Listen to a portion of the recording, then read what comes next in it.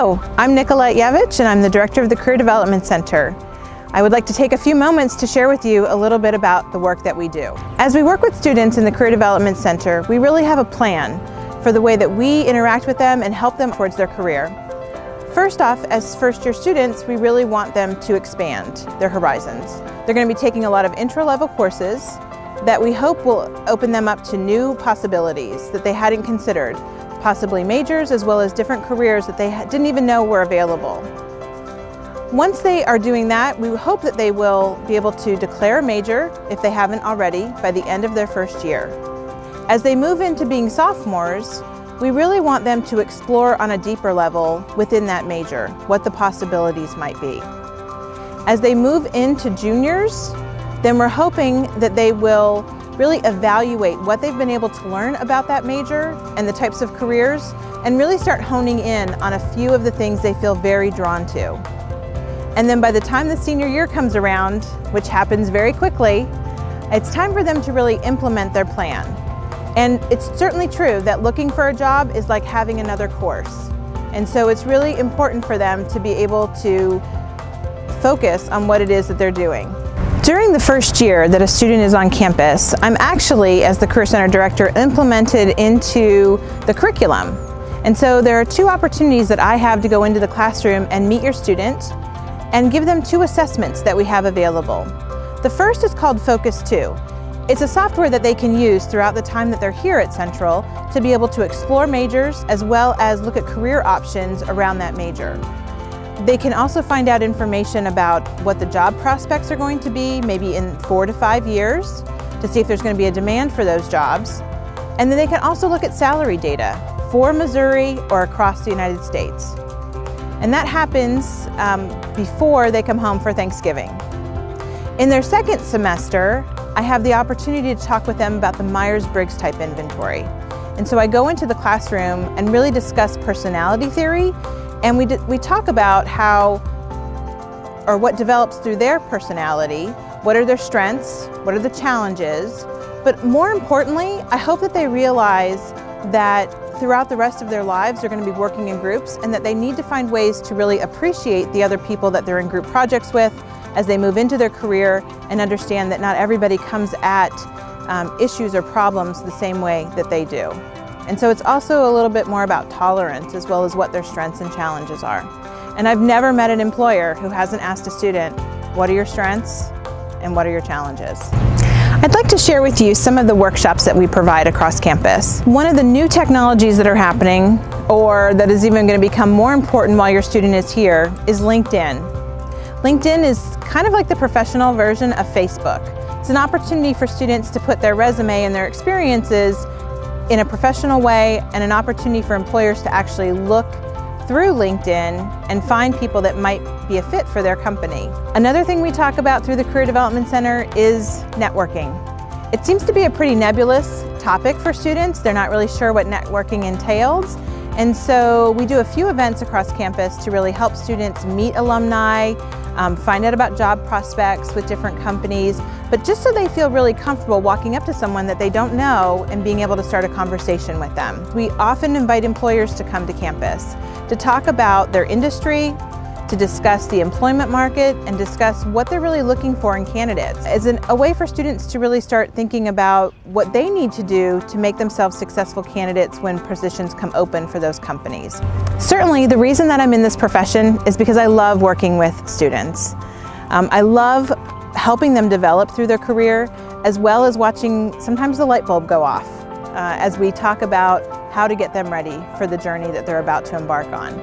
So some of the things that I get to do are one-on-one consultations, which really allows me, I think, to be able to help students understand the nuances of creating a resume, working on a cover letter, what are the components that you need to include.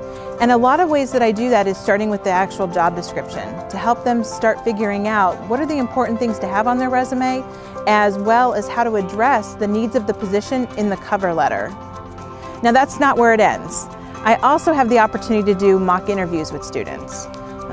I heard from employers several times over that they can really tell when a student hasn't had an interview.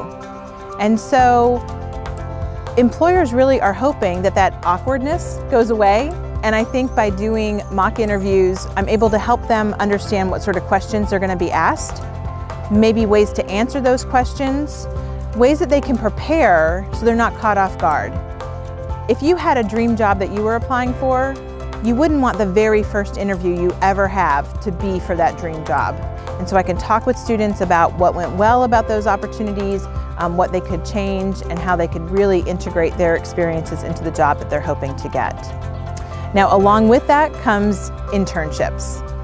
Internships are so critical. Right now, most employers want students to leave college with at least 2 internships, which means between the summer of their sophomore and junior year, and then again between the junior and senior year.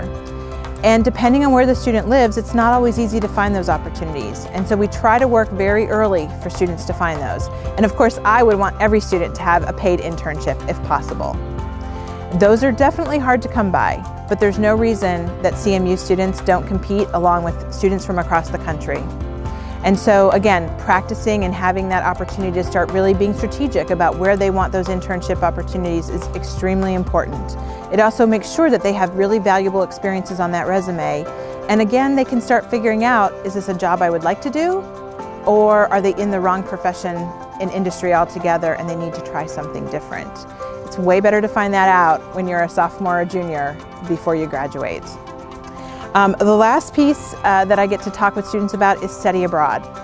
Now, I myself never had an opportunity to do that, and I regret it all the time when I hear students coming back from study abroad opportunities.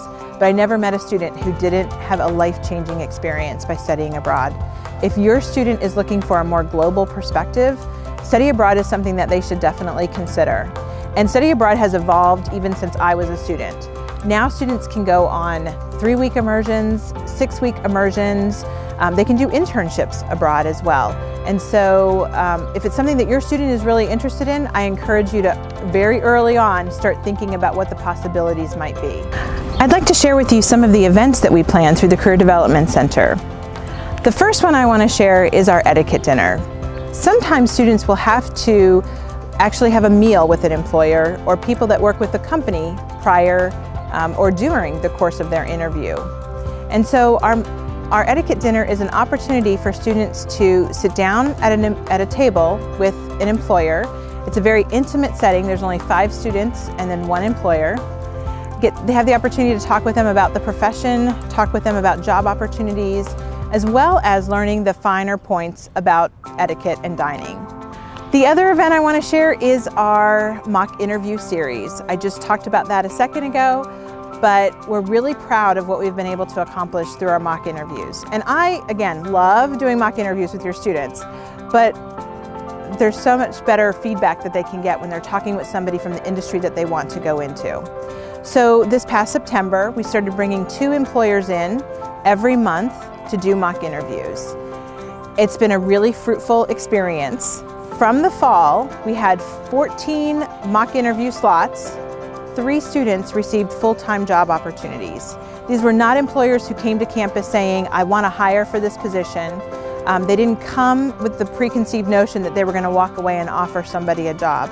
But 3 students had full-time positions by the time the fall semester had ended, and they had all directly come from the mock interview experience.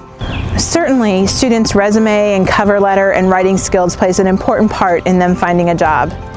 But really that first impression is so crucial. And so because of that, we do 2 Dress to Impress events, one for our male students and another for our female students. We partner with local clothiers to really bring examples of workday attire, casual Friday attire, different types of things like that to help students understand about fit, function, form of clothing, and what role that plays in your professionalism. We also have the opportunity to give away some gift cards so students can actually spend those gift cards on clothing to help them prepare for their profession. But as parents, I would certainly encourage you to help your student out for the holidays or a birthday. Buy them a piece of professional attire so they can start building up their wardrobe. I don't believe you're somebody who should have to pay $500 to build a wardrobe in one fell swoop. Students can buy those pieces one at a time, They will have classroom presentations they have to do on campus. They'll have other opportunities to wear that clothing.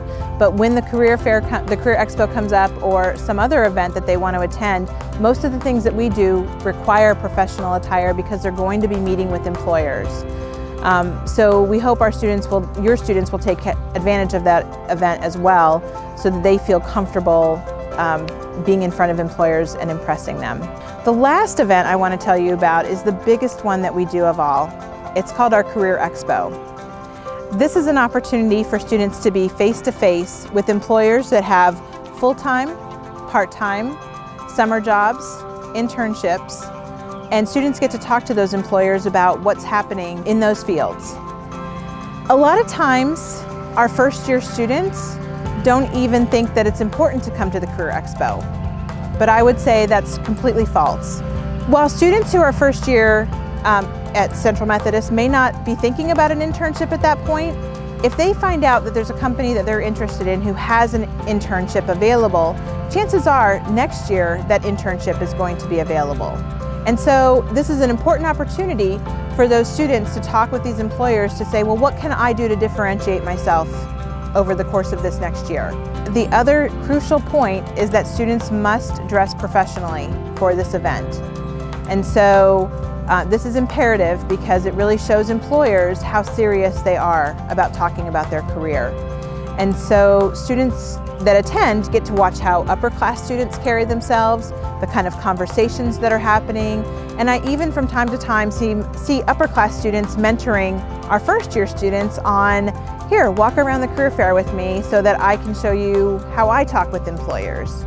But there's a lot of fruitful activity that can happen with these employers, and it really sets the stage because most of these employers have had great CMU students work for them in the past, and they come back to this event so that they can recruit other CMU students. We realize that your student doesn't come to college with tons of work experience, but we are really eager to help your student get that type of experience while they're here in college. So if you would like your student to get a work-study job or have student employment while they're on campus, the Career Development Center is definitely a place they want to visit. We also believe that work-study jobs really do help prepare students for their professional life. Our work-study jobs across campus really do prepare students and give them real jobs to do, real tasks, things that really assist their offices. Now, our work-study jobs go all the way from lifeguarding to being a tutor in an academic department, a lab assistant, to working in the Career Development Center or the Office of Student Development and doing clerical types of functions. But it really does take a ton of students to make this campus work. So, students can get onto Eagle JobNet, which is our online career management system, August 1st. And that's when they can begin to start looking for student employment opportunities. Now, here's the truth about student employment.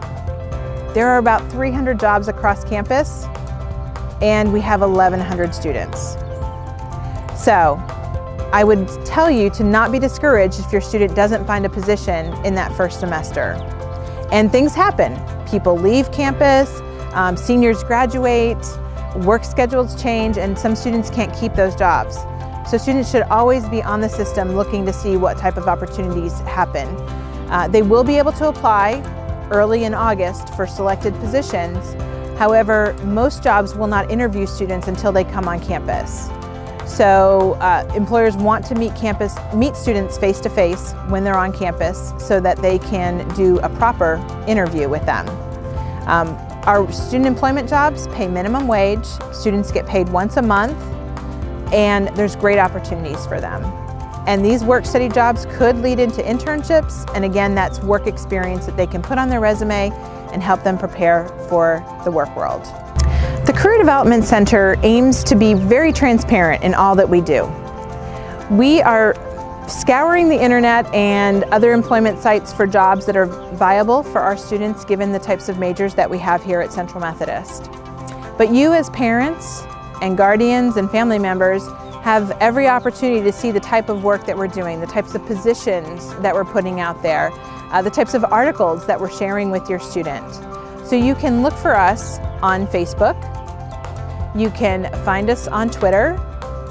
We have a Pinterest page that also shows students visually what they should wear to work how what sort of career separates they should use to build their wardrobe. And we have Pinterest boards for certain majors. So that's a very diverse place for students to get that visual cue of preparing for their career. And we also have an Instagram account. So at the end of today's session, you'll be able to get my business card as well as our social media card so that you can like us, follow us, copy our pins, do whatever you need to do, but we'd love to see you interact with the Career Development Center. Well, I'm almost at the end of my spiel this afternoon. I want to let you know as parents, I don't expect your students to be my best friend, but if they don't come into the Career Development Center and let us know what they're looking for or seek out our services, we're not really going to be able to help them. So anything that you can do as parents where you can gently suggest or nudge them to check in with us and see what we have going on would be most appreciative. While I am integrated into the curriculum at certain points, your student has the choice to come into the center or to not. You know, it's really up to them. But the sooner I work with them, the sooner I can set them on their path for their career, and I can really begin talking with them about how to prepare themselves, the better off they're going to be when it comes time for them to graduate. So I hope you've enjoyed your time here at Central today in Eagle Days, and I look forward to seeing your student in the fall.